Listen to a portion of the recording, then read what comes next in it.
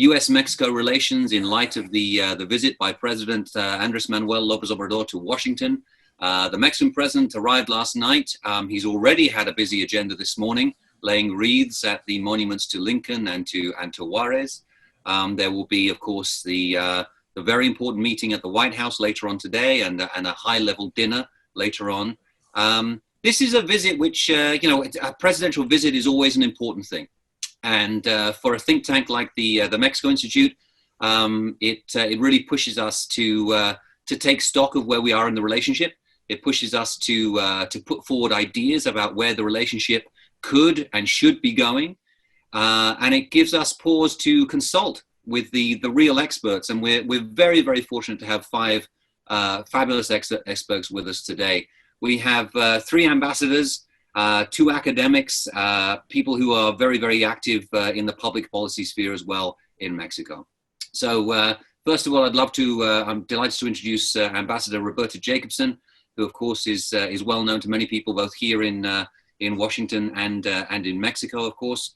Thank you very much for being with us. Ambassador Tony Wayne, another former U.S. ambassador to Mexico.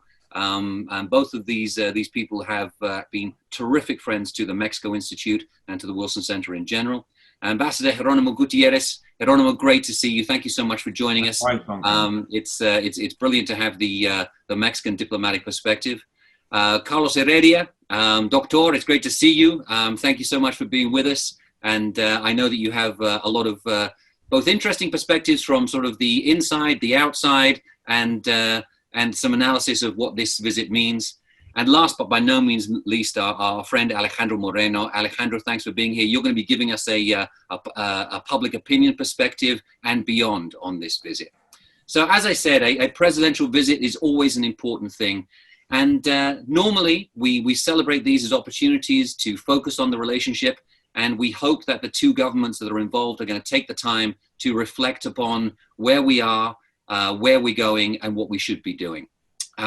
It's interesting and intriguing, though, that when you look at the U.S. media today and the press, it's tough to find an op-ed anywhere in the United States that really says that this is a positive visit. And I do find that somewhat surprising. There is an op-ed by Jonathan Ackerman in the Washington Post this morning, which says that this is the triumph of reason over politics. But beyond that, it's very, very difficult. I mean, it's interesting to see that there are so many outlets and important newspapers that are focusing on the negative aspects of this visit. So what I would like to do is I'd very much like to have a balanced conversation today. It's what we do at the Wilson Center. We try to bring in all perspective. What I'd like to do is I'd like to begin by focusing on the dynamics of a presidential visit. So Roberta, if I can turn to you first of all, you have been involved in presidential visits. I'd love you to talk to us about what really is involved. And one element in particular that I'd like to draw you out on is that often presidential visits take months to plan and to prepare for. This one seems to have been done in a little bit of a hurry. Could you talk us through about what goes into a presidential visit and how you see this one shaping up? Well, thanks, Duncan, and thank you everybody for joining us today, and certainly thanks to my co-panelists who are among my closest friends, but more importantly, the greatest experts on this relationship. I consider myself a continuing student of the relationship, not necessarily an expert. It's certainly true, Duncan, that when you prepare for a presidential visit, that often takes months. Although, to be fair, there have been lots of presidential visits that have come about relatively quickly, usually because there is some forcing event. But we, in the sort of bureaucratic morass that prepares these things, always talked about presidential visits as action forcing events, right? They are ideal ways to get things done that you can't get done at a lower level, right? They are ways to make big jumps and not just incremental move forward. And that, in some ways, is what's so striking about this visit. It is not likely to make a big jump forward. I don't want to necessarily join the chorus of naysayers, but where is the beef in this visit, literally? When you have a presidential visit to celebrate something that's already done, that's fine. You can pat yourselves on the back for the USMCA for its implementation. That is a good thing. But you have to have more than that. We certainly would never have recommended, this is a bipartisan comment, Republican or Democrat, to a president, that he meet without other things on the table that the U.S. wanted to get to advance the relationship. And that's what I think is lacking here, and that's why there have been a lot of critics. Obviously, there are critics for many other reasons as well, but the real question is what comes out of this. And frankly, to me, it's a bit of a lost opportunity. This is an ideal time to relaunch a North American relationship with all three of the leaders, especially with people questioning the relationship with China and the over-reliance on that in supply chains. And yet, that's clearly not going to be able to be done here. The final thing I would say is that, the other thing that the diplomatic bureaucracy focuses on, at least in the United States, very strenuously, is making sure that presidential or high-level visits do not have unintended political consequences in the countries that we visit. When people go for presidential, vice presidential visits ahead of elections, there are scrupulous preparations made to ensure that this does not look like a political act in favor of one candidate or another. And clearly that simply hasn't been done here.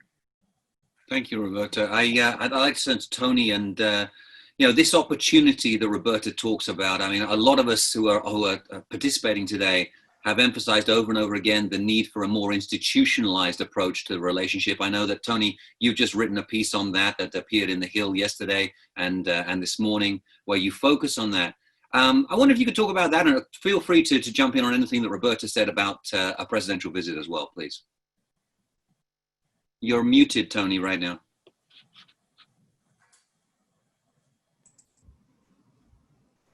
Thank you very much, Duncan. I agree with all the points that Roberta made. Having had the pleasure of working on presidential visits, both from a staff perspective and a policy-making perspective for 6 different presidents, I can say that there's a lot of work that usually goes into this. And even if it's a short-term visit, something that comes up, you really try and do a lot of serious thinking. You have to work out the agenda of the visit. That includes the substance, but also the meetings and the events, what's going to happen. You have to think through on that substantive side, what outcomes do you want? Even if it's a short visit, thinking through, is there something positive you can do to have forward-looking coming out of that? And then that relates to the public affairs message, which, as Roberta correctly said, is aimed both at your domestic audience, but also at the domestic audience of your host or your visitor. So there's a lot of work that goes into this and a lot of logistics also. And so in this case, of course, people knew for a little while, but I'm sure they've been working really hard to do that. As you mentioned, I argued, just in line with what Roberta was saying, that right now what they should be thinking about, and I hope they will, is launching forward-looking initiatives aimed at the economy, at public security, at better border management, at even dealing with migration over the medium and longer term, even though I know that will be a harder initiative to get going. But that's what you can use these visits for. It is great to welcome USMCA, and if you think about USMCA, embodied in that is a really broad and forward-looking economic agenda that needs to be taken forward way out of just the lanes of the trade agencies to think about where we go between Mexico and the United States, where we go across North America. So there's a lot of good that can come out of this. And I look forward to, with optimism that we can see some of this. Thank you, Tony. Geronimo, let's turn to you right now. From the Mexican perspective, and you've been involved in Mexican foreign affairs for many years, of course. You were famously Undersecretary for North America, for Latin America, or head of the NAD Bank, and of course, ambassador here in Washington. I mean, how is your view of this visit right now, and what are the things that have gone into the planning for this from the Mexican perspective? Well, first of all, good morning to everybody. As it has been commented, it's a pleasure to be with my co-panelists. They're not only good professionals, great professionals, but also good friends. And I think it's good that the Institute has put together this exercise. It's always, I think, useful to think about what is going on in terms of the relationship. Not unlike Roberta, I consider myself to be passionate about the relationship, but also a permanent student. So I'm glad that there's discussion, irrespective of anything else, that it's, balanced discussion. I celebrate that. Duncan, this visit has been described as, in extremes, as a historic mistake on the part of President Lopez Obrador and the Mexican government, and at the same time as a very timely and, sort of the Nixon visit to China type of thing. I tend to be a little less bombastic about it. I think that, visits are always important. They can be useful to move things, as Roberta was pointing. And in that regard, I think that what is key and what's surprising is, in positive in a sense, is that there will be a joint communique. Not all visits actually yield a joint communique. What's there, I think it's important. It's going to be important. It'll reflect sort of the action forcing elements of the visit. And I think that the term that Roberta used, I think that's very important. Let's see what comes out in that joint communique or press release. And what's not in the press release will also be important. But what I've said before is, it's going to be a polemic visit. It's important, certainly. And I tend to place myself on the side of let's give the benefit of the doubt because the relationship is important. I think that there was an op-ed piece by someone, a newspaper that I think it has been largely critical of President Lopez Obrador's government, which is the Wall Street Journal, yesterday's op-ed. But they did point to something that I think it's crucial, that this visit, even in spite of all its polemic it caused and the debate around it, reflects something very clear, which is it's an admission of shared interests.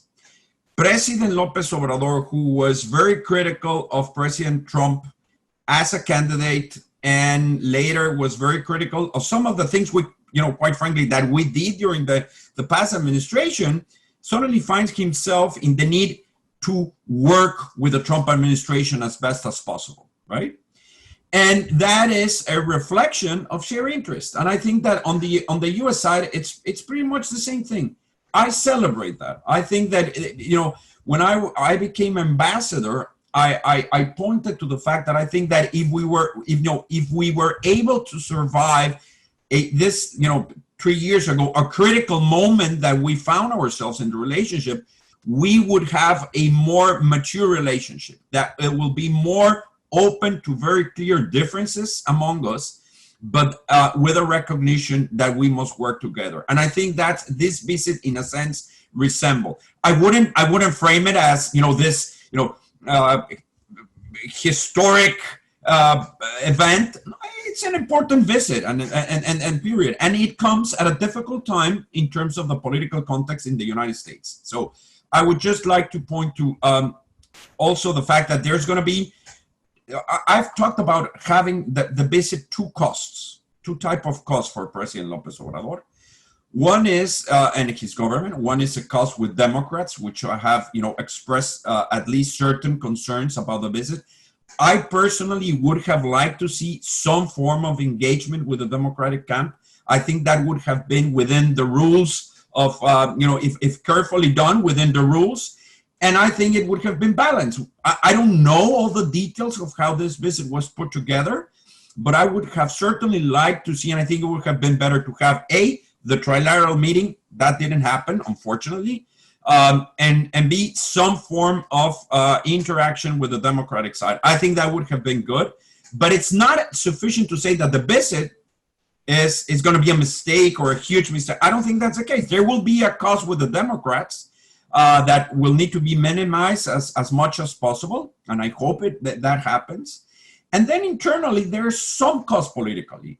And I can say this, from my own skin, having worked with the Trump administration and being very honest and very blunt about it, any Mexican official who is perceived as trying to reach agreements with the Trump administration, trying to work with the Trump administration, is going to pay a political cost, because some of the expressions that came out of President Trump especially when he was a candidate, that were very demeaning to Mexico in general and demeaning to Mexicans. So you're going to pay a political cost.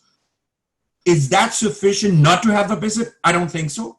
And I hope that this visit, and I've said it before, does turn out to be productive for both countries. We need it. The giving the kickoff of the USMCA, it's important. In my view, it's not sufficient. It does not warrant that in itself a presidential visit. But let's see in the end what comes out of it, and hopefully it will be something of benefit for both countries, because both countries need it right now.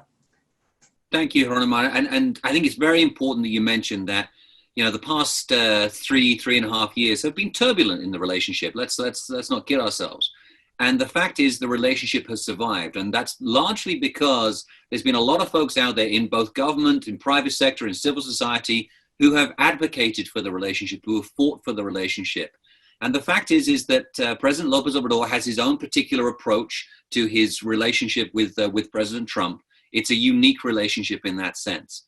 But at least we do see that things are moving ahead. We have a USMCA in place, and there is ongoing security cooperation on migration that was hitherto thought unimaginable. And you can interpret that word any way you like.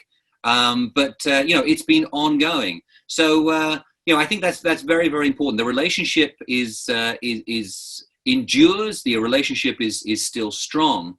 And I think we all hope that this is an opportunity to focus on what comes ahead. Carlos, Geronimo mentioned there's been a lot of criticism of this visit, and there's been quite a lot of polemics about it. You participated in the dialogue last week through a piece that you published. I wonder if you could give us your reflections on what this means in the context of Mexican politics. Sure. Thanks, Duncan. And I want to thank the Mexico Institute at the Wilson Center for organizing this. This is very useful, very illustrative. I want to focus on 3 points. First, the issues. Second, the actors. And third, the political consequences that Ambassador Jacobson has put on the table. First, on the issues. I was just talking, we're just talking amongst ourselves with the mics open on the fact that the expectations of what issues are going to be discussed may differ, at least slightly, from each side. From the Mexican perspective, it has been said that this is a celebration of USMCA or TEMEC coming into force, that we also want to discuss cooperation on the pandemic, how to fight the pandemic, and how the economy will unfold in the aftermath of the pandemic, if there's ever an aftermath. But I have heard and read that from the U.S. side, there may be other points on the agenda, such as security issues and border security issues, drugs, and I'm not sure how the mix will play, during the conversations and after the visit. So let's see how this goes. And of course, the fact that so many issues may be on the table with different expectations from each side is only a reflection of the expectations of their constituencies. Because in Mexico, and Alejandro Moreno will discuss that in a few minutes, if you ask, the wide audience, the public, are you in favor of President Lopez Obrador going to Washington? The answer will largely reflect the support that the president enjoys, amongst the wide audience that will say, yes, if President Lopez Obrador needs to go to Washington, we support that. If you ask the question in a different way, then there may be changes, because even within the business sector, I am sure this will reflect the fact that some people in the business sector are expecting President Trump to tell President Lopez Obrador, look, it's not such a good idea to change the rules in the energy sector, you know, because there's no continuity, there's no certainty, there's not good expectations about investment. So you may want to think twice before you change the rules. That's the expectation on, you know, I've heard it explicitly stated by the business sector in Mexico. While probably from a very different perspective politically, the leaders of migrant workers, Mexican migrant workers in the United States are saying, how come we're not even included in the program? How come the president is not meeting with us? You know, a president of Mexico that goes to the United States and does not address or meet with the Mexican community, what is that? Especially with the workers who have been excluded, not only from the agenda, but also from the concerns that the Mexican government has put on the table.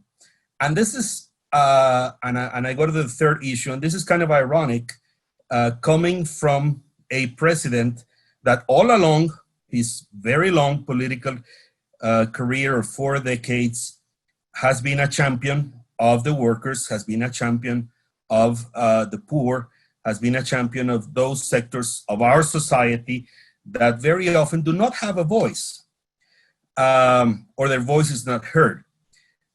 So to me, as you know, a participant, academic, observer of our politics, it's very interesting to ask the question, what has moved Lopez Obrador, you know, in his positions? You know, what has prompted him to go from a champion of workers' rights to a president that is extremely cautious not to annoy President Trump, and who chooses silence as a response to the many insults that President Trump has pronounced over the last 5 years against Mexico and Mexicans. So that's a question for political analysts, for politicians, for diplomats, and it will be for historians.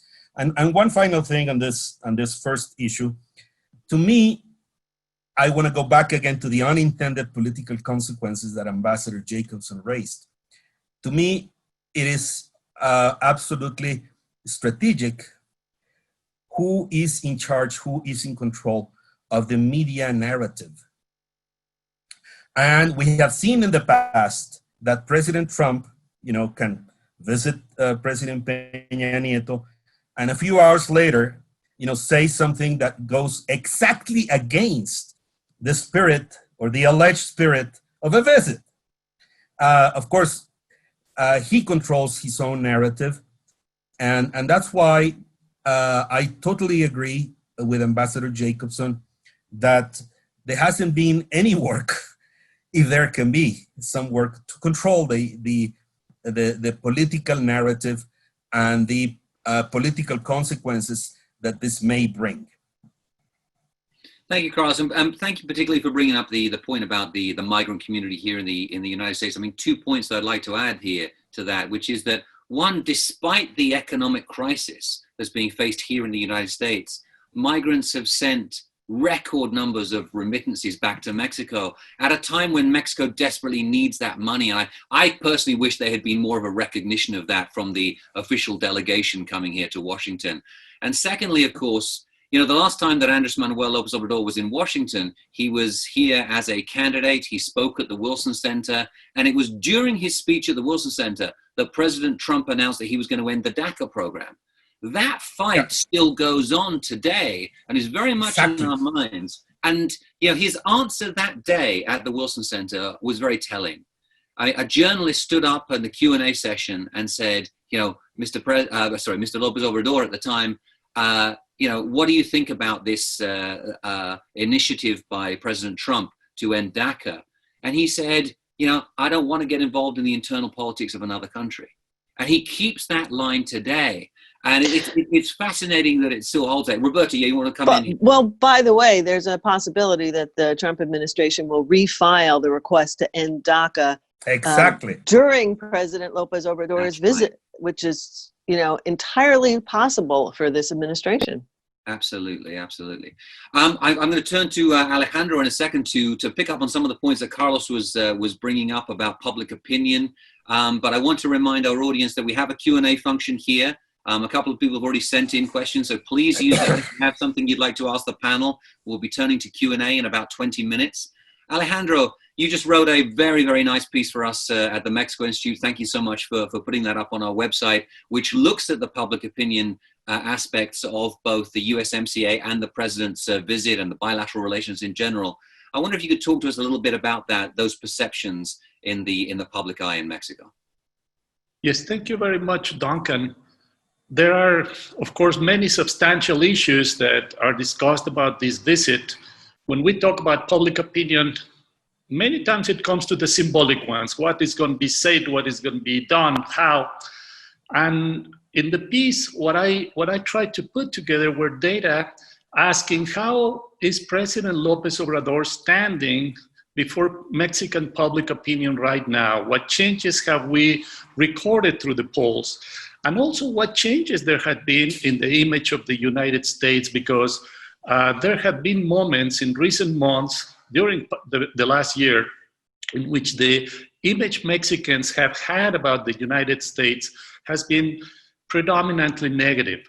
But for some reason that it's, for analysts and specialists to think about more deeply, the negative image of the United States has been changing dramatically in the last few months. And I think Lopez Obrador comes to Washington, D.C. in a moment when favorable opinions about the United States are at the highest for many, many months. So I think this is a very positive context.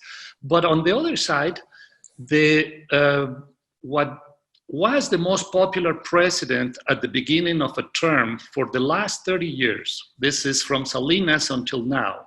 This has been the most popular president just at the beginning of his term, is now seeing his popularity ratings going down also dramatically. So the combination is we have possibly the best opinion of the United States in many, many months, and the lowest level of popularity for the president since the beginning of his term.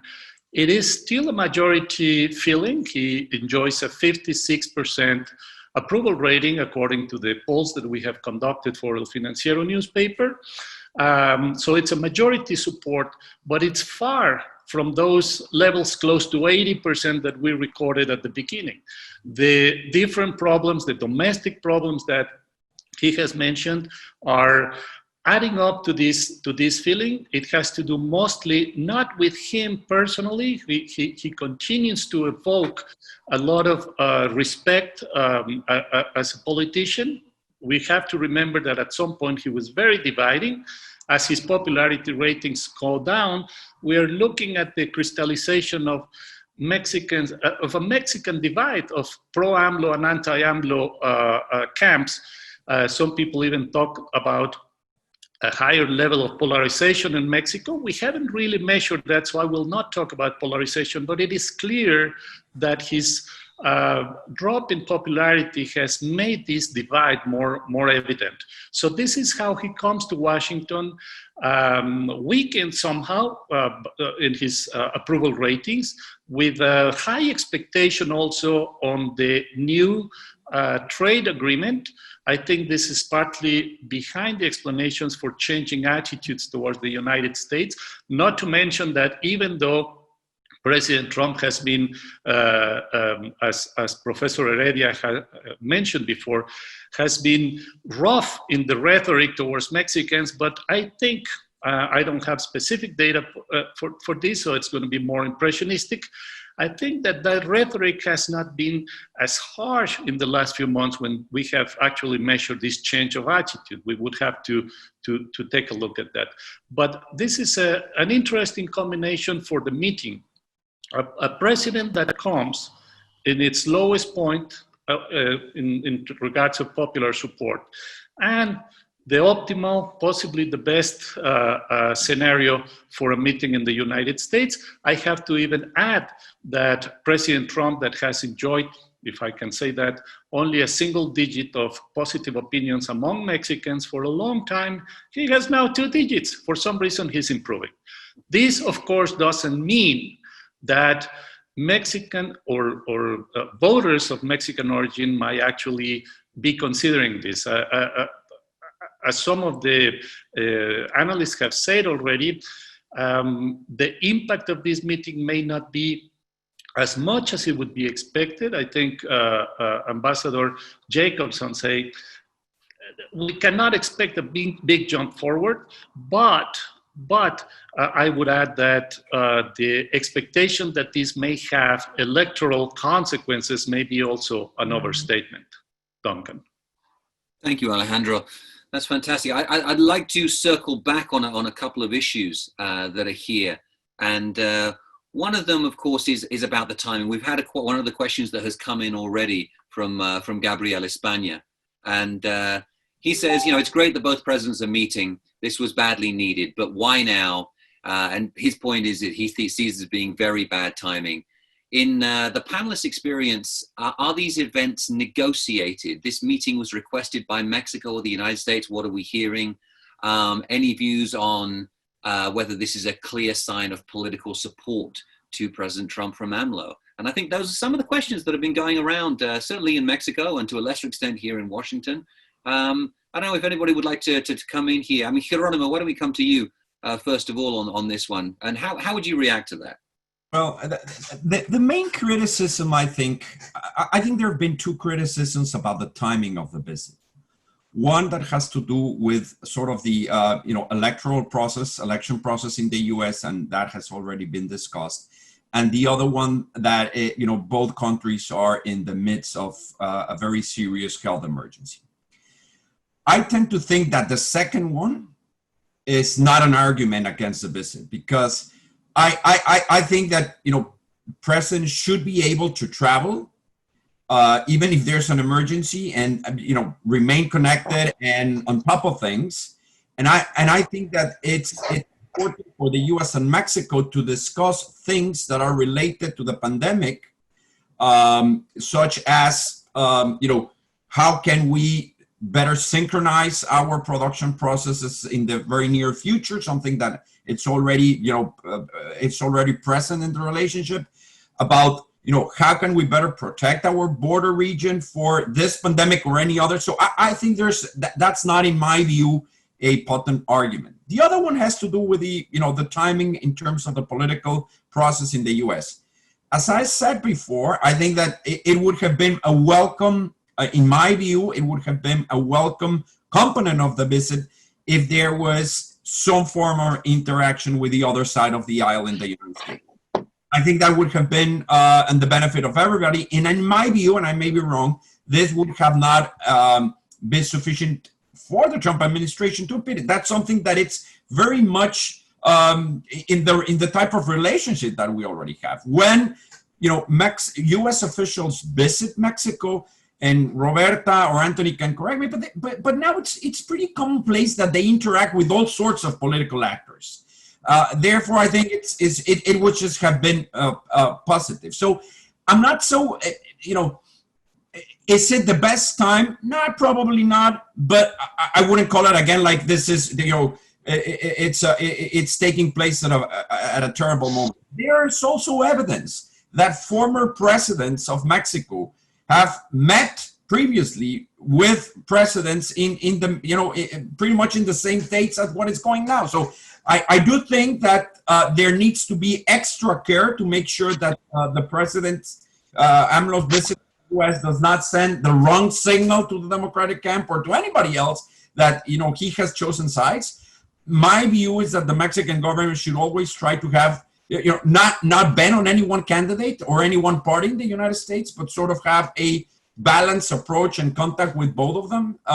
The fact that the Congress is in recess right now in the U.S. does not help, I guess. And perhaps that would have allowed some form of interaction with both parties. I'm not sure. The timing might not be perfect, but is there a perfect timing always? I would leave it at there. Thank you, Geronimo. And I see that both Tony and Roberta and Carlos are anxious to get in here. Let me just add on another question which came from Jorge Dominguez, which is that, and he mentions the timing. He says, but a no less important question is, why have AMLO and Trump not met until now? Sort of the counterfactual. And why negotiate with Pelosi and House Democrats to enact the USMCA successfully and not make a visit to Pelosi or the House as part of the same visit? I mean, part of the answer may just be what Geronimo has said, but the House was not in recess. I think last week they were still in session, isn't that right? So anyway, reflections of that. Roberta, why don't you come in here? Well, a number of things.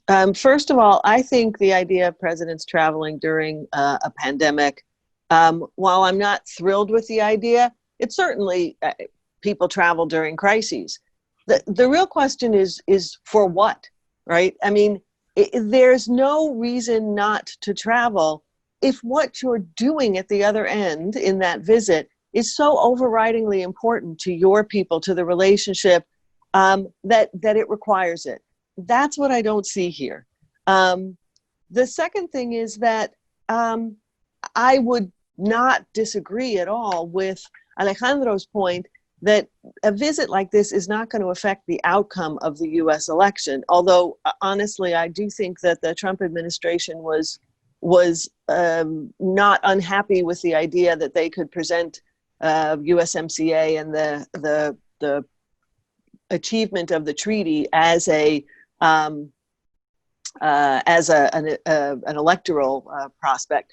But I think that you do your utmost to make sure that you're not sending a dramatic signal of support for the incumbent president, who is also a candidate. And the way you do that, as Geronimo said, is you meet with the Democrats. I think it's important to remember that USMCA could not have been passed in the United States without Democratic support. Jorge's question is exactly right. But in fact, Democrats were not invited to the White House ceremony when USMCA was signed. And I don't think it's an accident that this visit was planned for a time when Congress was in recess. But even when Congress is in recess, let's say that you don't have a visit with Pelosi or with Schumer because they're in their districts. Steny Hoyer, who's a leader on the Democratic side, is a Maryland congressperson. It's easy enough to arrange something like that to make sure that you are giving at least a nod to the Democrats, and no such request was made. And the request wasn't made, in part, not to offend President Trump, not to ensure that this doesn't, sully the visit. And I think that is very short-sighted. And I think that the timing of this, to say that, why haven't they met before? Obviously, they haven't met before because President Lopez Obrador hasn't chosen to travel in 19 months. To choose to travel right now, then, seems a particularly surprising choice, unless, I think, as Alejandro stated, you have some of those statistics that may have made this more domestically politically palatable to AMLO, and certainly something that would please the White House. Thank you. Tony. Well, I would just add to the wise comments of my colleagues that I think the main driver here was the completion of USMCA, which is a major plus for Mexico. I think we need to recall that 80% of what Mexico exports comes to the United States. USMCA provides 16 years of certain rules. There'll be a lot of problems along the way, but there's a whole prospect of certainty for investment in Mexico, for trade with Mexico. And I think that's really important for Lopez Obrador.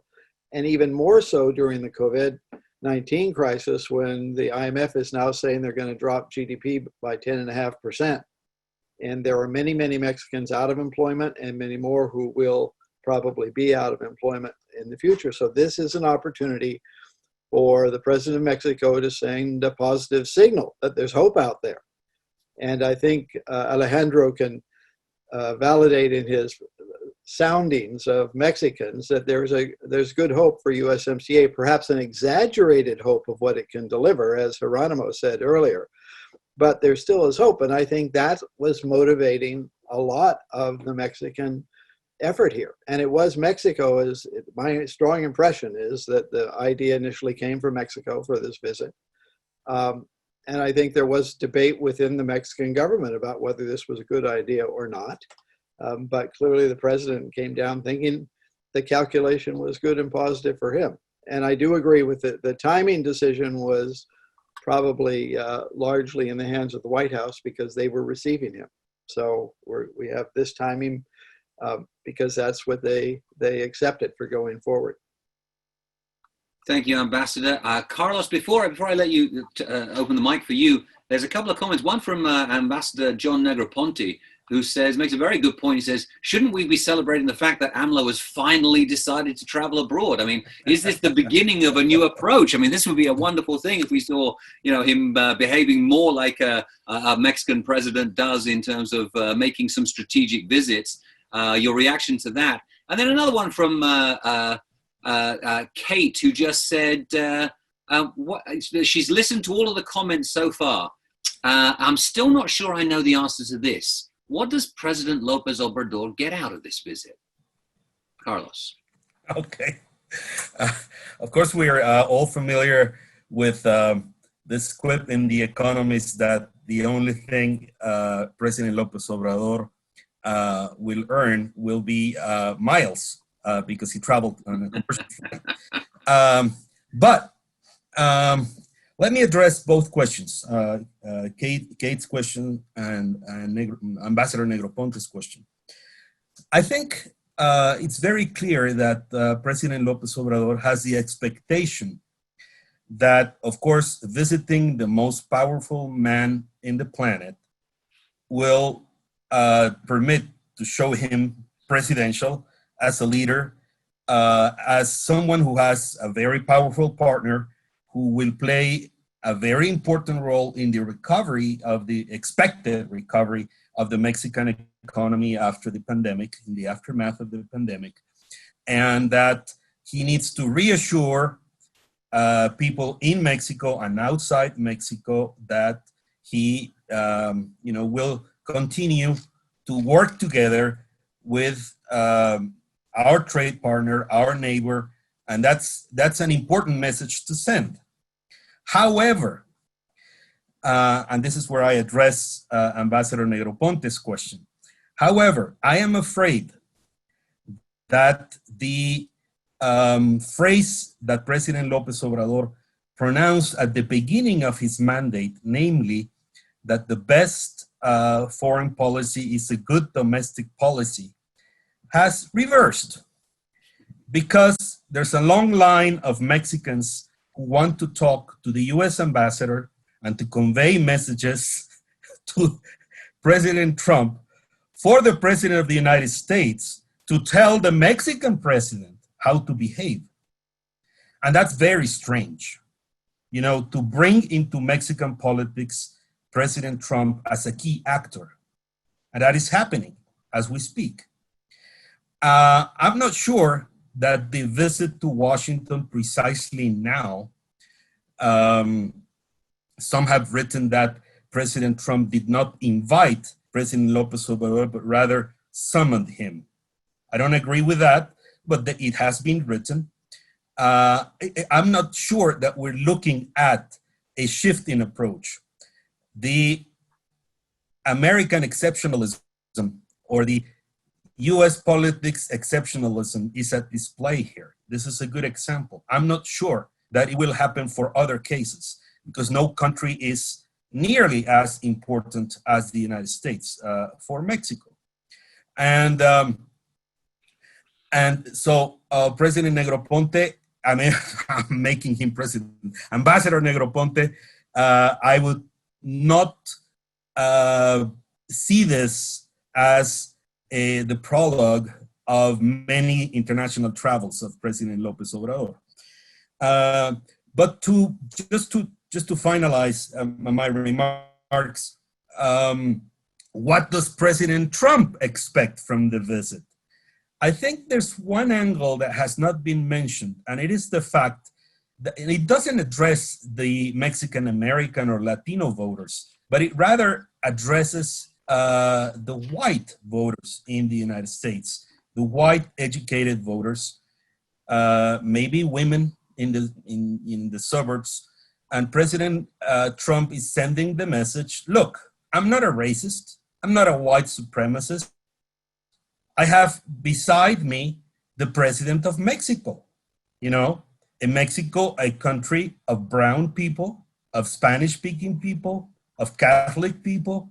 Their president is to my side, and we're doing business together, and we're discussing politics together. And that precisely in this moment is a sign by Trump to an electorate that is absolutely key for him. I think we're seeing your signal. We're hearing your signal break up a little bit, Carlos, and I think you've just returned to us. But I think we got most of what you said there, and you were saying that this is a key electorate for President Trump in his re-election campaign, and so this is seen by some people as being as helping him in that. Thank you, Alejandro. Please let me know if you want to jump in on any of these issues. But I'm going to group together a number of the questions that are coming in right now. And there are actually some really good questions here on what issues are going to be discussed. We've already talked about that a little bit, but one question that has been brought up here is on the health front. Is there any possibility of making real progress on health cooperation between Mexico and the United States at this point in time, or do we really have to wait until after the pandemic?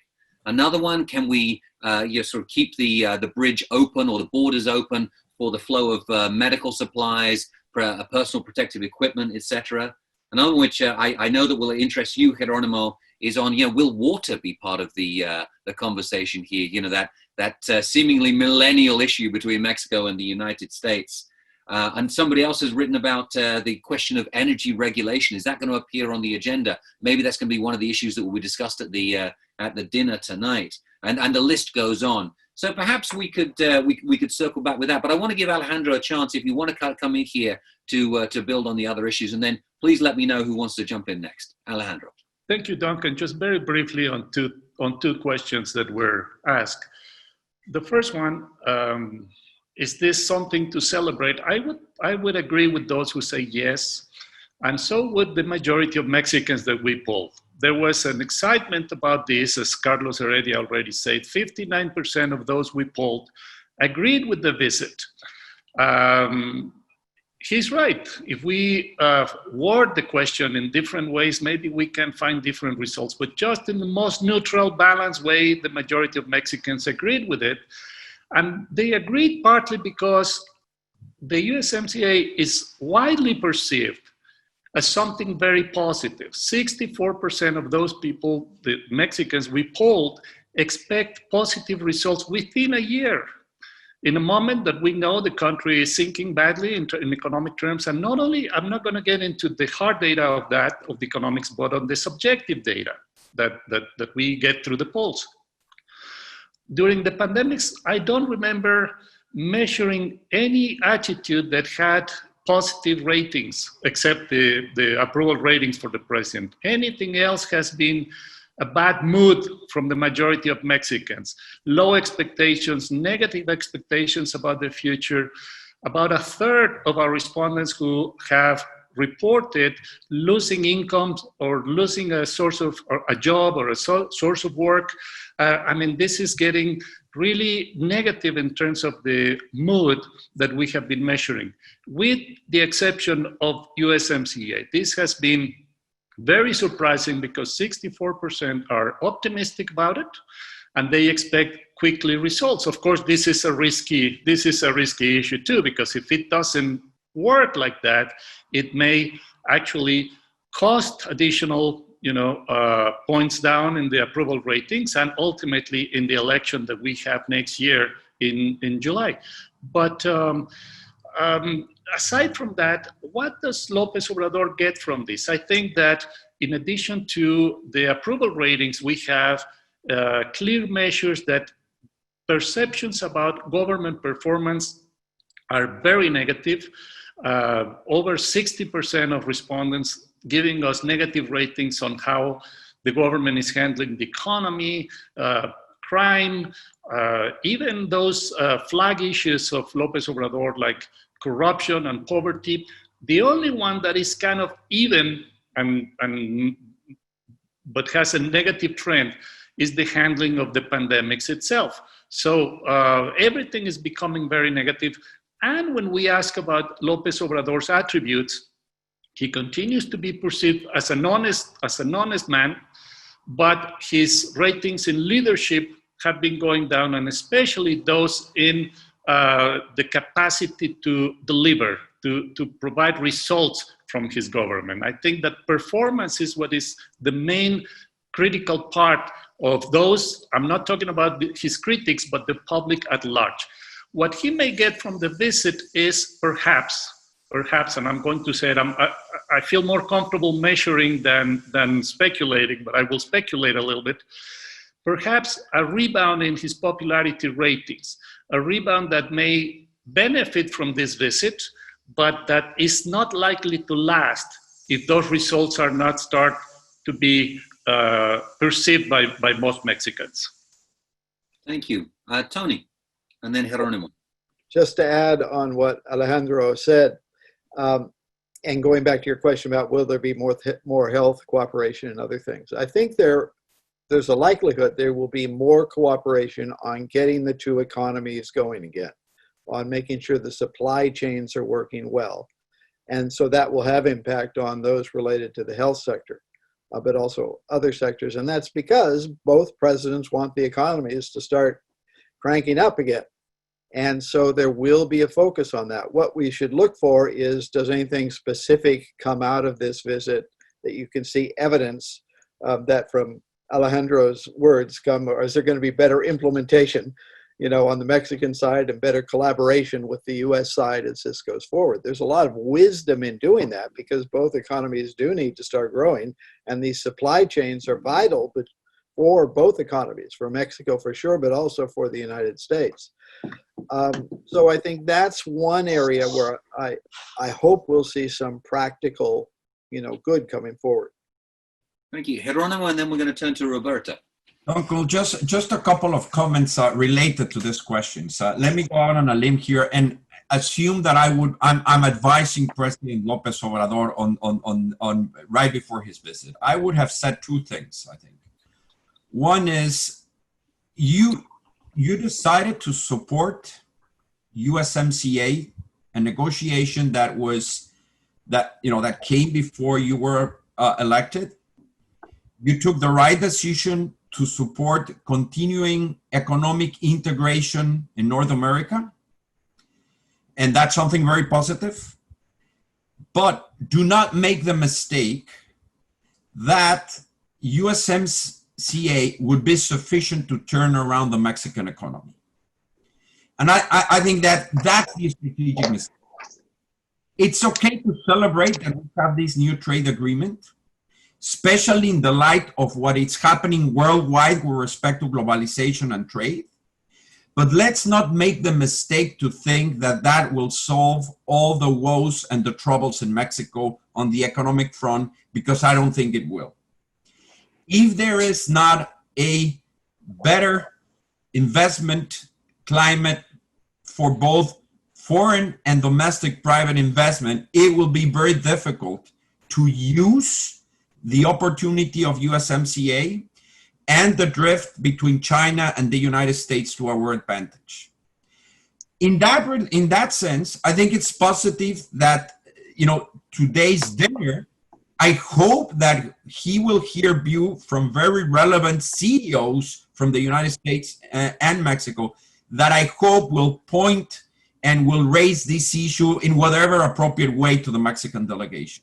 So that to me, the strategic mistake here is to think just the USMCA by itself, it's a sufficient condition to turn around the Mexican economy. The other thing that I would say is, and I continue to learn about the relationship, obviously, but one of the things that I'm deeply convinced is, and I always use this phrase, is in the U.S. Mexico relationship, reality tends to impose itself on everybody. And therefore, be very careful with playing politics with the relationship, because it usually comes back to bite you. I think that both presidents benefit from this visit politically. I think that President Trump, and perhaps rightly so, is reminding his base that he has delivered on a very important campaign commitment, which was to renegotiate what was described by himself as the worst trade agreement ever, which was NAFTA. I don't share that view, but I live with that view, and I discussed that view with his administration. And I think he's much related to what Carlos was saying. This is a message to his base political, saying, I delivered on one of my key campaign promises.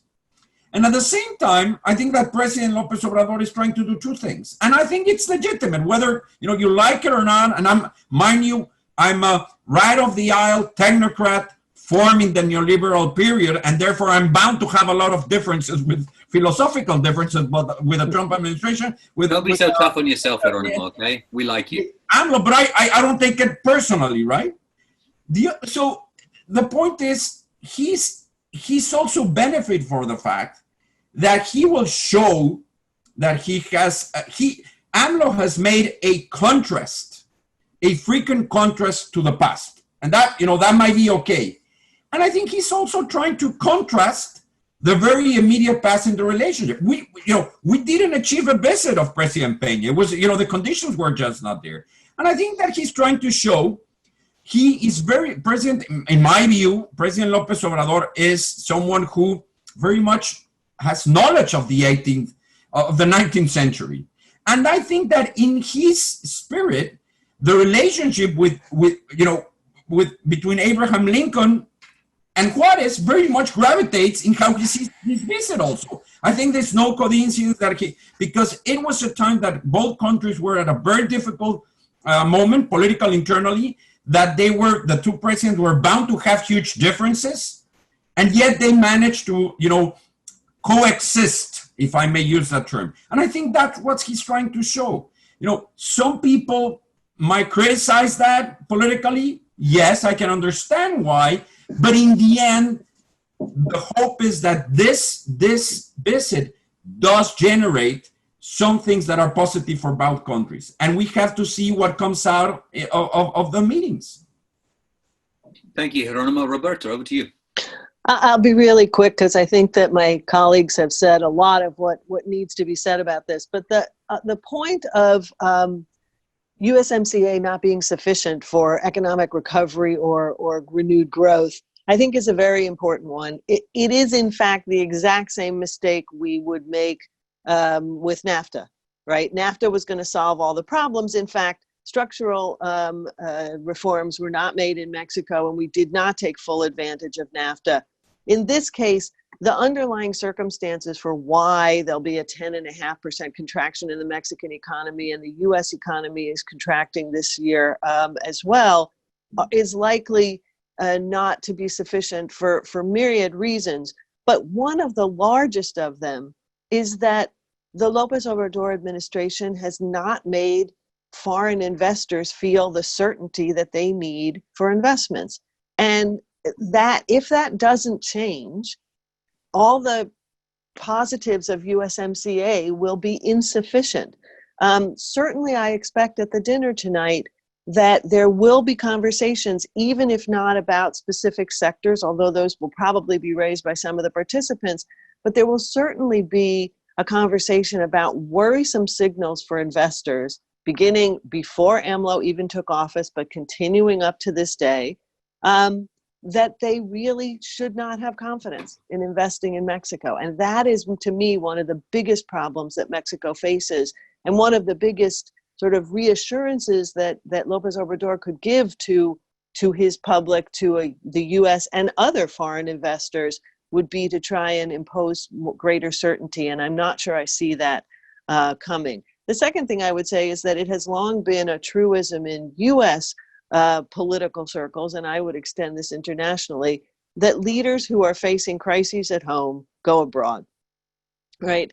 And in this case, you have a president facing a real sort of triple or quadruple whammy of, cratering oil prices at one point, a collapse in tourism, COVID, et cetera, and they go abroad. And so, in a sense, what Lopez Obrador has chosen to do is very much in a tradition of leadership, and he's chosen to sort of go big by going to the place he thinks, and I think rightly thinks, Mexicans care the most about for their own economic future. But if he thinks, and I think one of the things that you have to be looking for, if he thinks that somehow going to the U.S. at this moment, to Washington in this moment, not seeing the Democrats, et cetera, is going to insulate him or protect him from future actions by this president, especially in a campaign year, against tariffs, against some kind of other punitive measure, I think he's fooling himself. Witness the fact that obviously we have discussion of aluminum tariffs vis-a-vis Canada right now as we're celebrating USMCA.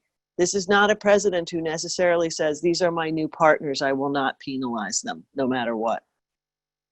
Thank you, Roberta. I have to share with our audience that this is, I think, one of the most dynamic discussions we've ever had from the audience as well. We've got more than, I think it's almost 40 questions have come in. There's no way we can possibly cover all of them, so I'm going to try to group them together. But I do want to read out one from our friend Antonio Ortiz Mena, but I think it's a good one. When would be a good time to assess the cost benefit of this visit? After the POTUS campaigning rally in New Hampshire next week, after November 3rd, after January 2021, given the DACA and student visa announcements this week, how should we assess the visit? Commitments by AMLO on rule of law and respecting U.S. investments in Mexico, agreement on curtailing arms trafficking, risk of quid pro quo on IDB and WTO. That's something that's been discussed many, many times. A couple of other questions came in on that.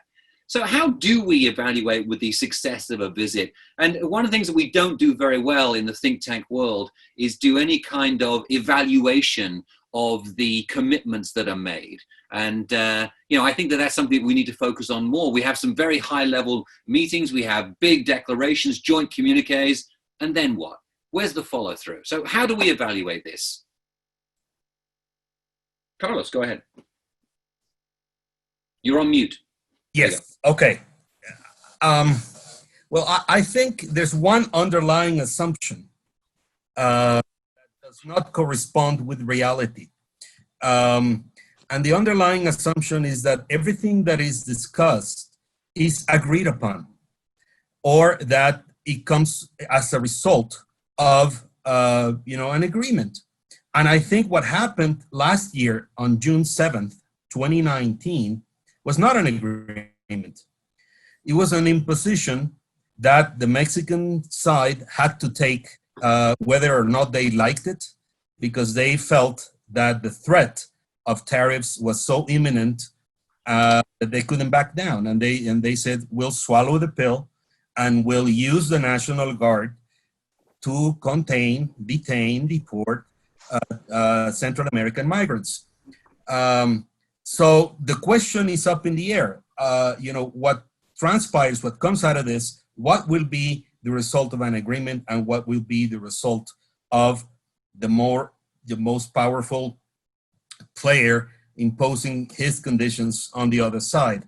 But to answer Antonio's question, I think that the fact that in the couple days preceding the visit, President Trump goes to the border wall in construction in Arizona, announces that, as Ambassador Jacobson reminded us, he may resubmit the termination of DACA, and also announces that students on visas that are not going to attend physically a classroom have to go back home, obviously do not bode well for the visit itself, and announce that, you have to evaluate the visit all along. And it is always a good time to evaluate, even as we speak, because things are unfolding and happening so quickly that, of course, you cannot find a causality relationship, if A, then B, but things are happening, every day that lead me to believe that the narrative that President Trump wants to impose on this is well designed according to his own interests, and that is not, a surprise. And I am afraid that that is the narrative that will prevail after the visit, if we see previous patterns. And another thing that we have left aside is what is happening especially at the Texas-Tamaulipas border. The number of people that are living there, as part of the Remain in Mexico, or euphemistically called Migrant Protection Protocol, is really a tragedy, a human tragedy, a humanitarian tragedy. Because supposedly that was part of an agreement, and Mexico should have, looked after those people, for shelter, for food, for healthcare, and none of that has happened. And the asylum seekers have been totally abandoned to the hands of organized crime. So one thing may be supposedly agreed, but what happens afterwards leads us to believe that maybe it wasn't part of an agreement. It was part of an imposition, or it was part of the impossibility to really deliver on all the demands from the other side. So my question to, I think Antonio's questions are very relevant. And my question to all of us is, will the Central American migrants, will the asylum seekers continue to be seen and considered as bargaining chips instead of human people who have rights? Thank you, Carlos. I know that Tony wants to jump in here as well. I just want to mention a couple of the points that reinforce what you just said, Carlos. A number of people have talked about the migration issue and the fact that you do have this kind of crisis that it hasn't gone away. It may have been put on pause, but the migrants that were there on the Mexican side of the border, they seem to have disappeared. They're still there somewhere, and it is a terrible humanitarian tragedy that we're seeing there. And one of our viewers has actually made the point about the contrast between what's going on in terms of DACA, Mexican Americans here in the United States, the migration issue, and the dinner that's going to be hosted tonight. Now, this is standard form for a presidential visit, but is that the image that Andrés Manuel López Obrador wants to send to Mexican Americans, to migrants, to his own people? Is that the way it'll be seen? Tony, I'd like to turn it over to you.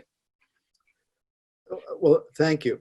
Carlos made very pertinent and good points in it.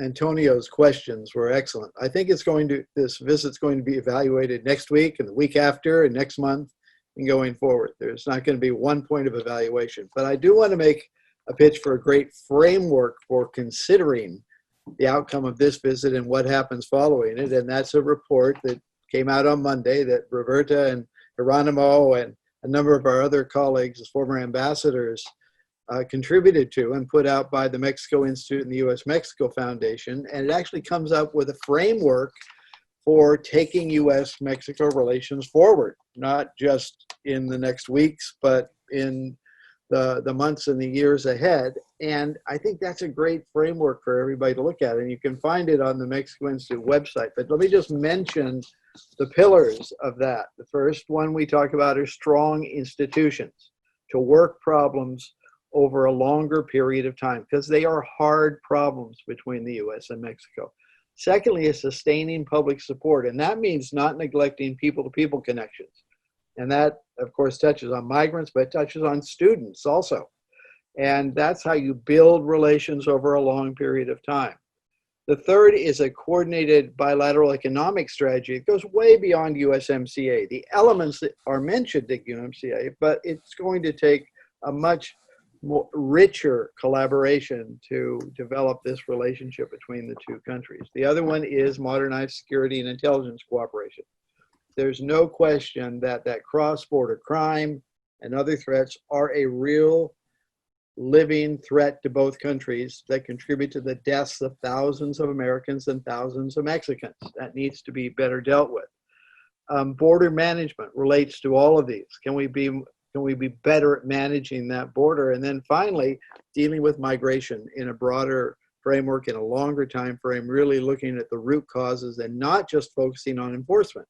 However important enforcement is, there are human rights involved, there are other causes of this, and we need to address it. So I just want to give this a pitch for everybody who's interested in looking and evaluating this over the long term.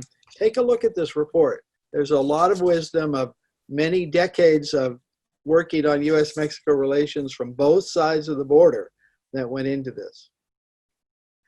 Thank you, Tony. It's great that you give an important plug for that. I mean, three of the panelists here participated in that conversation. Carlos was kind enough to come along and brief us at the beginning of it. I do think it's a very valuable report. And I think it's a report that actually lays out an approach to the bilateral relationship, irrespective of political affiliation, partisan bias, or individuals. And I think that's the key point, is that this relationship is simply too important to be left to individuals. We need to have an institutional approach there. Roberta. Thanks, Duncan. Just a quick point about the evaluation. I think it's correct, but also a bit of an easy out to say this visit will be evaluated sort of continually on a rolling basis. It certainly will in general terms. But I do think that Antonio makes a good point that we have to remember, and had been referenced earlier, about Trump's visit to Mexico in 2016 and then immediately going to Arizona to give the speech that was quite negative vis-a-vis Mexico. I think we need to look at what happens in New Hampshire immediately after the visit. Is that going to be the time to announce the refiling of the DACA ending? Or is that going to be a time in which he celebrates the wall and all he got out of Mexico and reinforces this bizarre message that Mexico is paying for the wall because of the trade agreement, which he has said repeatedly? I think that'll be sort of our first indicator. It's not, all the way down the field, but it's your first down to see how this visit is used by President Trump, and therefore to begin to evaluate, was it successful or not. Obviously, the publication, if it occurs, of a joint communique today, and what that entails, what is announced, what is advanced, what kind of institutions are created. One of the things people have talked about is how there really needed to be some kind of an institutional relationship to better discuss the misalignment of essential industries during a pandemic. Well, for goodness sakes, that's what the high-level economic dialogue was all about. And this administration refused to re-up that high-level economic dialogue. But the truth is, every administration changes things a little, including a name. They could have relaunched something like that. We'll have to wait to see. I also think we cannot expect this visit to produce anything along the lines of the rule of law or human rights. But I would note that the finding of remains of another student of the 43 from Ayotzinapa just this week really reinforces the need to have conversations, or continue conversations, I should say, since they're things that Jeronimo and Tony and Carlos and I have worked on rule of law into the future. Yeah, thank you, Roberta.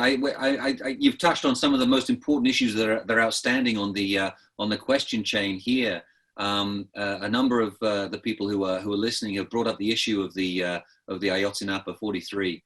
Other questions that are there about corruption, will that get anywhere near the agenda between the presidents or the delegations? My response was, I doubt very much there's going to be up there. Alejandro, I want to give you the chance to come in here. We're talking about evaluating the success of the visit. When are you going to be doing a poll that will see how Mexicans actually viewed this visit?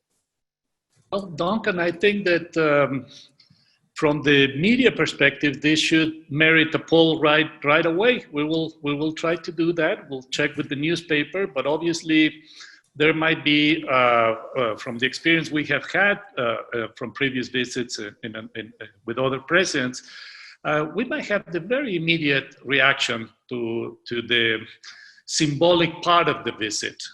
Again, there are important substantive issues, but what he does, what he says, what they say to each other, how they say it to each other, I think this is the kind of public opinion phenomenon that we will have to be observing. So I hope to have fresh data soon, pending the approval by El Financiero. But let me add one thing that perhaps we have not talked about enough, but this is something that President Lopez Obrador has mentioned in some of his recent speeches about the bilateral relationship, and is the topic of remittances, Duncan, which may have also created the expectation that they may be linked with political support, with somehow be linked with approval ratings. What we have observed is that in the last weeks, that approval ratings for Lopez Obrador have gone to the lowest point in all his government. It's a time when remittances have actually shown these moments of trouble for Mexican families, the solidarity from families in the United States, they have gone up, as we know. And we measured in the last poll how receiving remittances might link to political support. In the poll, almost 40%, about 38% of respondents say that they have family members in the United States. This is a huge percent, of course, we know that. And from those, about 14% say they actually receive resources, money, remittances from their family members. Interestingly, those who receive remittances are the ones who approve the least of the way the president is doing his job. So this is not translating into political support, not at the aggregate level, because we saw a peak in remittances and going down in the approval ratings, and at the respondents level, those who actually are linked by family and receive money show the lowest levels of support. Just to give you the number, those who do receive remittances have show a 50% approval rating. Those who do not, and also do not have any family members, are at 59. That's a 9-point difference. Not very large, but significant enough to, to tell us that this is not translating into political support. Just going back to previous presidencies, there wasn't even these differences. The variation was only 2.3 points between the two groups, so it means really not much in terms of political support, but the President Lopez Obrador has been emphasizing this as if it was. Maybe he doesn't mean it politically, but I will leave it there for discussion.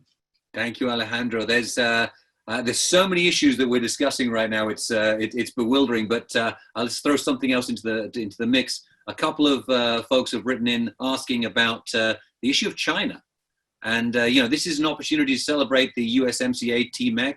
Is it also an opportunity to talk about the position of China in Latin America, in Mexico, and how perhaps Mexico can take advantage of nearshoring, etc. So, Carlos, please come in.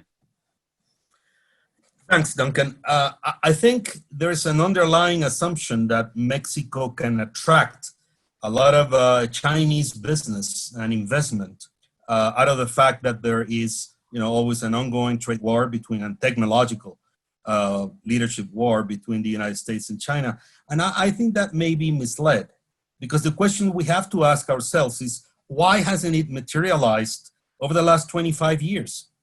Chinese investment in Mexico is extremely low, and I don't see the conditions for it to change dramatically, even if we continue to have this framework of animosity and adversity between China and the United States. The conditions are not there, domestically in Mexico, and the cancellation of the Mexico City Querétaro train was a bad omen for the future of Chinese investment in Mexico. It's just not going to happen overnight.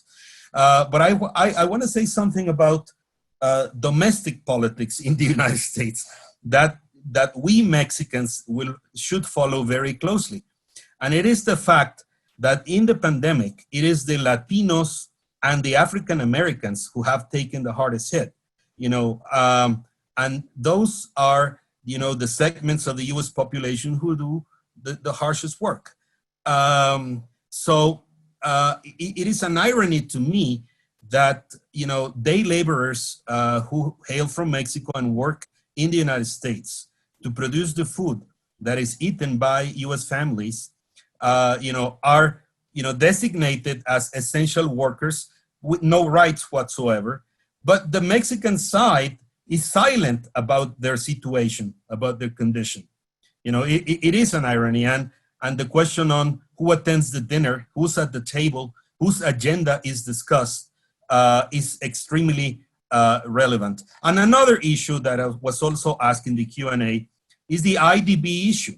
The Inter-American Development Bank leadership, the fact that the Trump administration has basically outsourced part of its Latin American policy to the Cuban Republicans, the Cuban American Republicans, is very illustrative about the fact that he or the administration does not care about, a tacit agreement that it should be a Latin American who leads the IDB, and number 2 post goes to the United States. But basically, it's outsourcing the US foreign policy to Latin America in light of the presidential election in Florida. And I say this because not enough people are paying attention to that in Mexico. And my last comment goes precisely to the need for a framework, like Ambassador Wayne raised, the need for a framework on the overall relationship, but also on the very issues that have been raised during this conversation. What kind of a blueprint is a possible Biden administration preparing on this? What is the room of maneuver to change policy, or to just change the way that policy is enforced? And those are questions that we have to address as we prepare what is coming next. Thank you, Carlos. We have about 8 minutes left, and there's a number of other interesting questions that are in the chain here. Our old friend David Shirk has got up early in California, and he's written in a very provocative question. After getting AMLO to buy in on NPP, any chance Trump will get AMLO to pay for the wall? I think we know the answer to that one, unless anybody has a different perspective. But there are so many concerns here about the business environment in Mexico. And, I'd like to offer the chance now for our panelists to provide kind of closing comments, but anything else you'd like to say, to talk about, and particularly in a more forward-looking perspective. And Tony brought up the convocation report, which is now out and available to the public, which I think does that. It provides a more longer-term perspective on the relationship. And beginning with you, Roberta. What would you like to leave with the public about this visit, the relationship in general? Well, I guess the closing comment that I would make is that this relationship is too important to be left only to the leaders. It's too important to be left only to politicians. One of the greatest joys of being on COMEXIS, the U.S. Mexico Fulbright Garcia Robles board, is to see the range and depth of interest by young people in incredible range of subjects that affect our lives each day. That most of the threats that face the United States and Mexico right now are transnational. They're not, they can't be contained, whether that's a pandemic or environmental and climate change or others, including those resulting from economic integration. And so you have to the only way to resolve those is to resolve them together. I tend overall, as you are, Duncan, to be an optimist, and Tony, about this relationship. I think all of us on this panel are committed to this relationship and understand that we are better together, that we do better together for our populations. I think this is a particularly fraught moment for the relationship. I think it is telling that, you know, we were talking before we went formal to the fact that the American Chamber of Commerce is not, U.S. Chamber of Commerce is not at tonight's dinner. Well, neither is the CCE or other of the leaders of the Mexican chambers or Chamber of Chambers.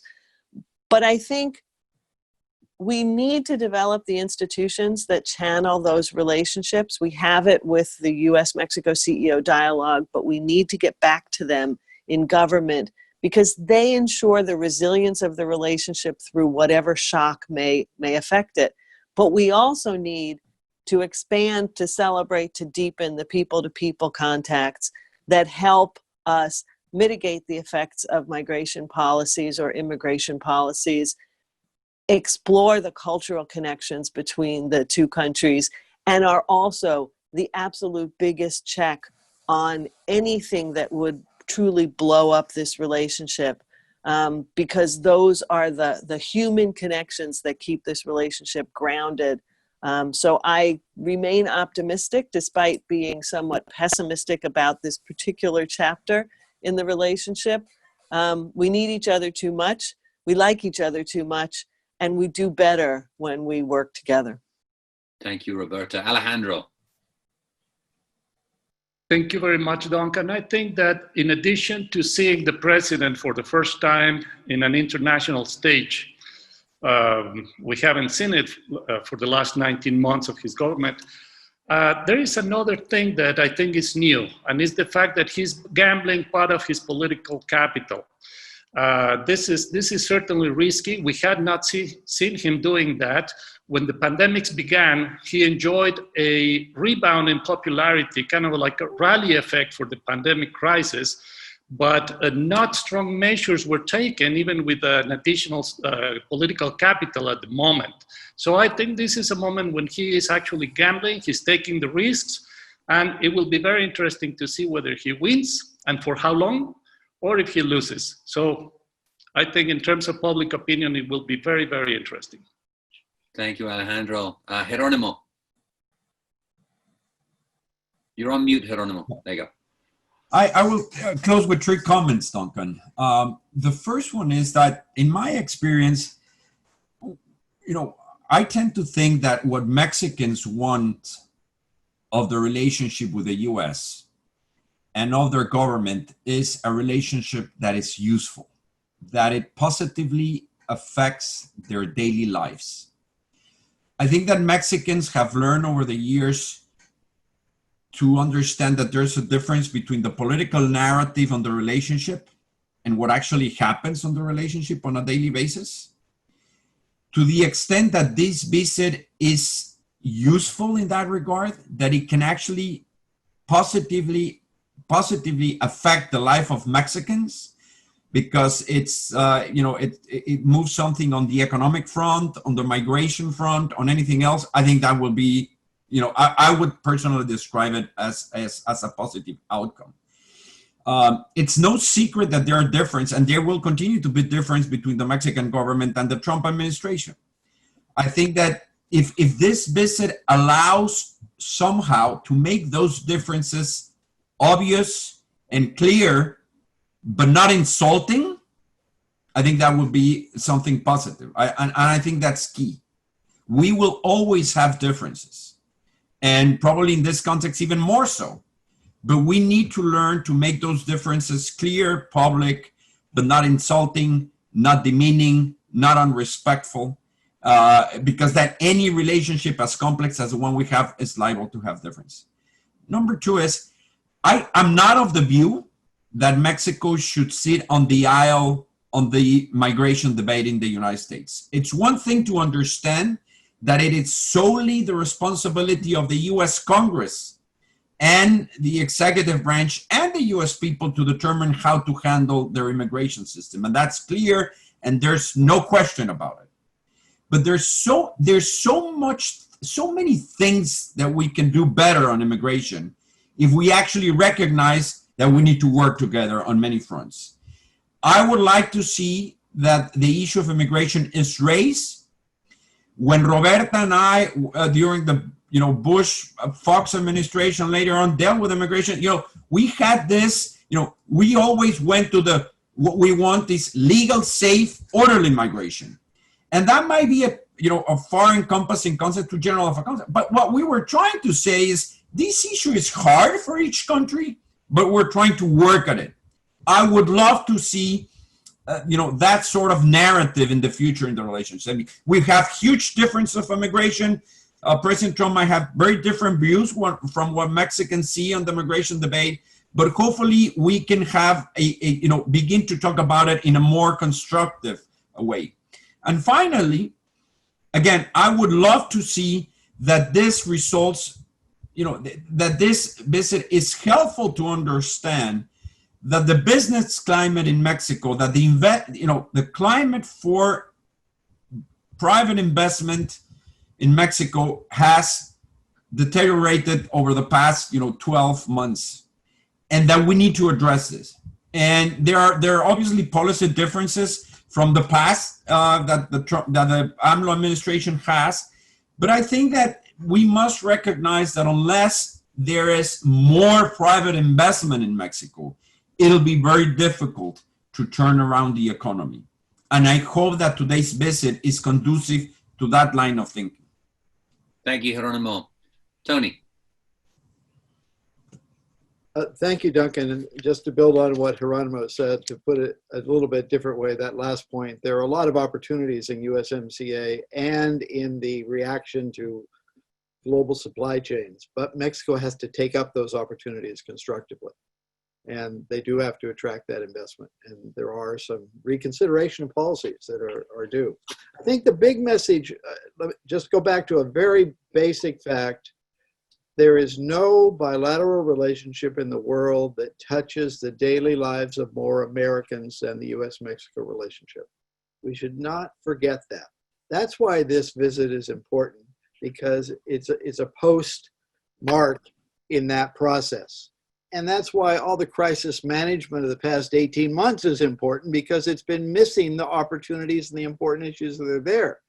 So yes, what's key is how do you take that forward? Can we build the mechanisms and institutions to deal with the problems and take advantage of the opportunities? Can we involve the stakeholders?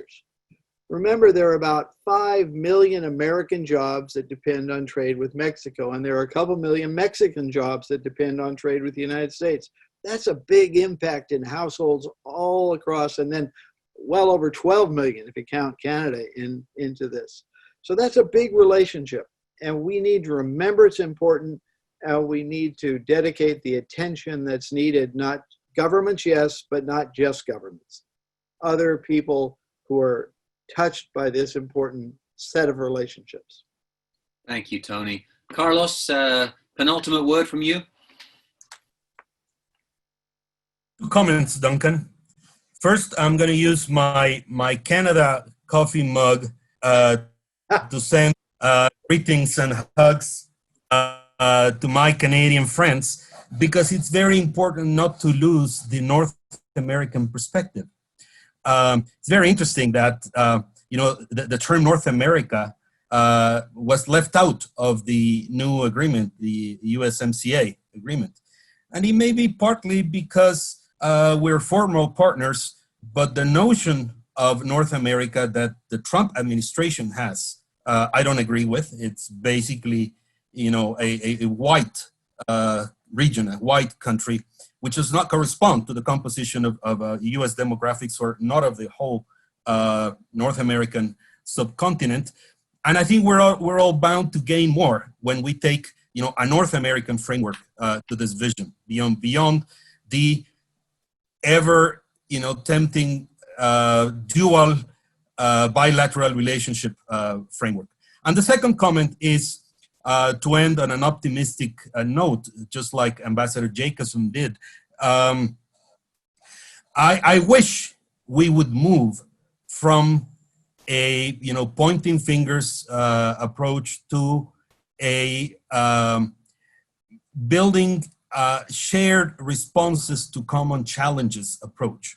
I know it now sounds like wishful thinking, but I think all the demonstrations I saw in more than 70 US cities after the killing of George Floyd, and what I see in Mexico as an increasing awareness of the importance of civic participation and engagement, and to understand really what is going on in our countries.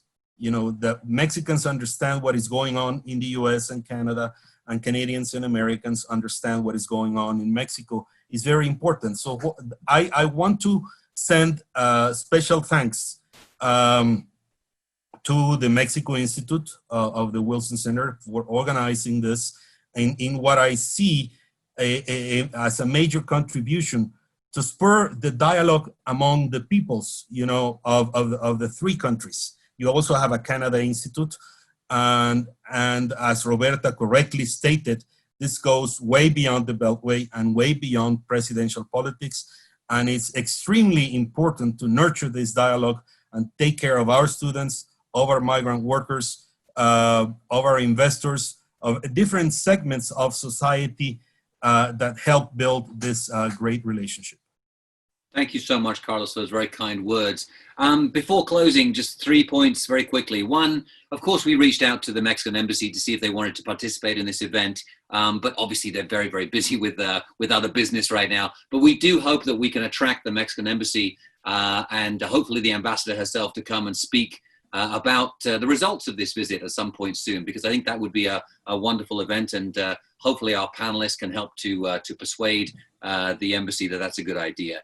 Number two, please tune in again this afternoon. We're going to be having another panel looking at the energy regulatory framework in Mexico and whether or not a level playing field can survive. That's going to be another Zoom event at 1 o'clock. And to close out, I want to actually quote one of our anonymous attendees who said, "Thank you, outstanding, could listen in for hours. This is complex and transcendental. In Mexico, since the Negroponte era, those were the best 4th of July bashes. Thanks to all for their enormous contributions." So I don't know who that is. It may be somebody's mother for all I know, but that's a great comment. I think it sums up this panel. Thank you all so much. It's been very, very dynamic and interactive, and I look forward to connecting with you all again. Thanks to our very large public out there, not just for listening in, but for sending in questions. It helped to make this a better event, and we hope to see you all again very soon. Many thanks.